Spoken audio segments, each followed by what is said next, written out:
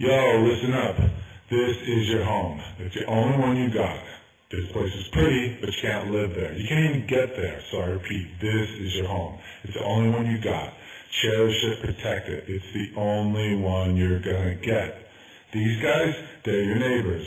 They ain't going away. They ain't leaving. You have to get along with them. So you have to learn to share. You have to get along. You have to learn to get along. Because they are your neighbors. They're not going away. Okay, all this stuff, the animals, the waters, the sky, the ground, the bugs, the fish, the tacos, the people, they're all connected. Everything is connected. They all depend on one another. If you ignore that, you're doomed. Repeat, doomed, okay? So listen up. It's all one. Not two worlds, not three, one. Just one. So get it in gear. Remember, all is one, okay? Hit it.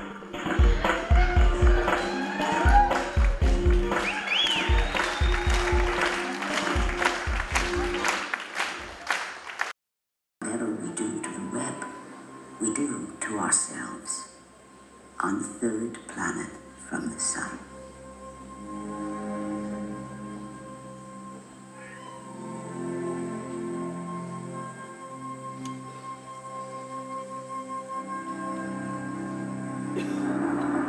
This is Mother Earth, and I approve this message.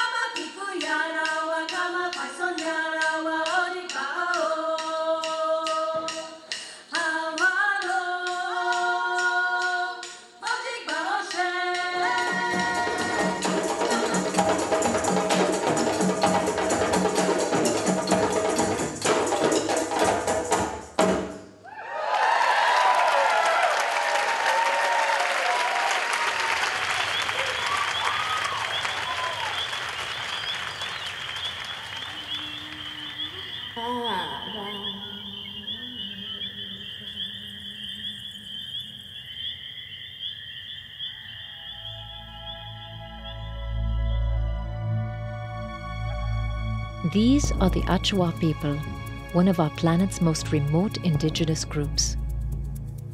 The Achuar are an ancient dream culture still living in harmony with their ancestral land, nearly 2 million acres of pristine tropical rainforest in Ecuador and Peru.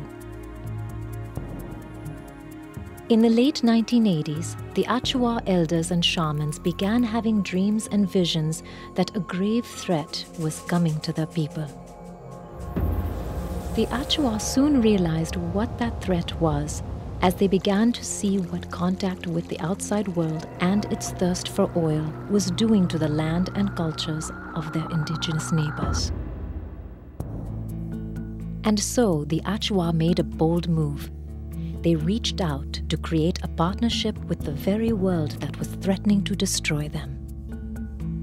In 1995, a call issued forth from the heart of the natural world that was heard thousands of miles away by a small group of people in the modern world. In the summer of that year, in a remote village in the rainforest, these two worlds came together, and the Pachamama Alliance was born. From the very beginning, our indigenous partners told us that it was really, really great that we were working with them in the Amazon shoulder to shoulder. But that was only half the battle. They told us that if we really wanted to protect their lands permanently, we would need to go to work in our part of the world. And as they put it, we would need to change the dream of the North, the dream of the modern world. A dream rooted in consumption and acquisition, without any regard to the consequences to the natural world or even our own future. Changing the dream of the modern world is certainly a daunting, and some would even say an impossible task, but we took the request of the Achuar very seriously. Out of our work with them, we came to see that we in the modern world truly are in some kind of a trance, living in a dream that's threatening to destroy not only the rainforest and their way of life, but the health and well-being of our entire planet. Our society is on a completely unsustainable path, and experts everywhere are saying that we have a limited time to turn things around.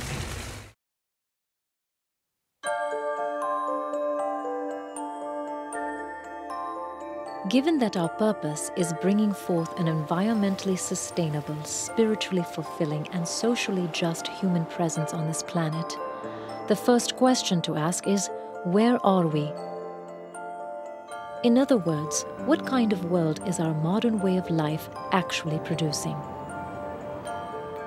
Answering that question and confronting the realities it reveals may not be comfortable, but as we'll see, it is an essential first step to revealing what may be the greatest opportunity any generation has ever faced.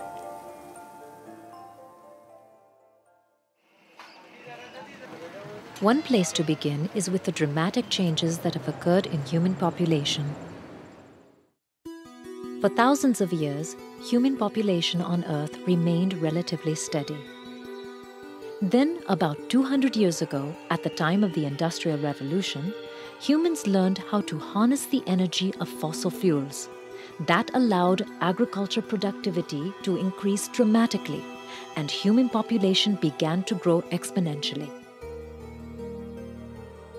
Since then, we in the modern world have attempted to meet our needs and wants through an ever-expanding process of extraction, production, consumption, and disposal of natural resources. It is clear that the resources of Earth are being used up. The critical questions become how much and how fast. One useful measurement system is called the ecological footprint. The ecological footprint is an accounting tool, not for money, but for ecological resources. So it compares how much nature we have and how much nature we use. There's only one planet. That's why the line of supply is very, very horizontal. Humanity has been continuously increasing its resource demand to the extent that by the mid-80s, we've started to use more than what nature can regenerate. And by 2007, humanity used about 30% more than what nature can renew. So we have been in global overshoot.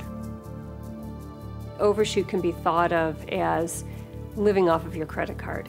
You know, humanity's living off its ecological credit card.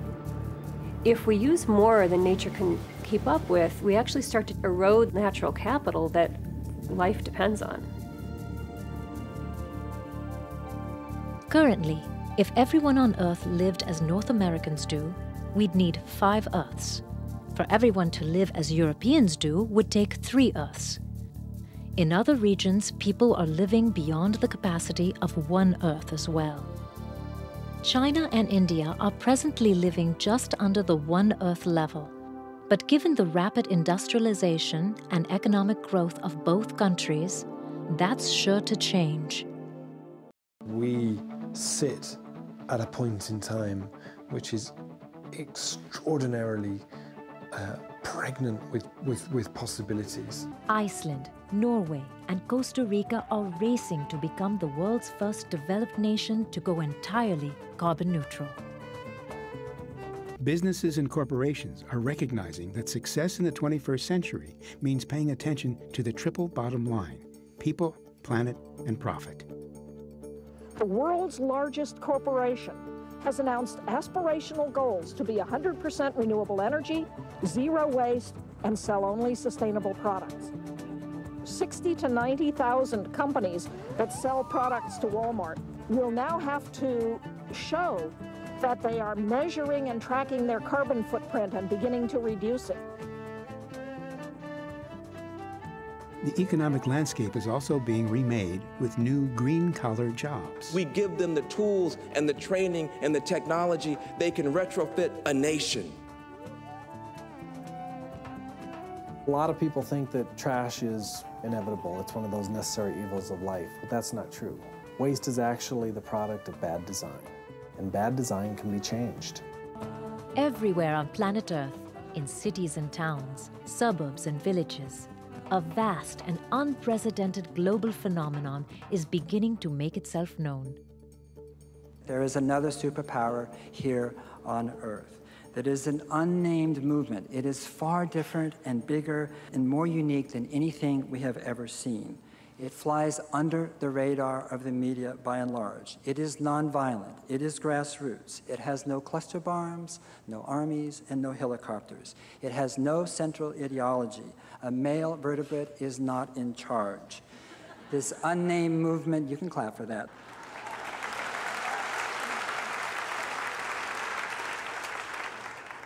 The very word movement is too small to describe it. This is humanity's immune response to resist and heal political disease, economic infection, and ecological corruption caused by ideologies. This is fundamentally a civil rights movement, a human rights movement.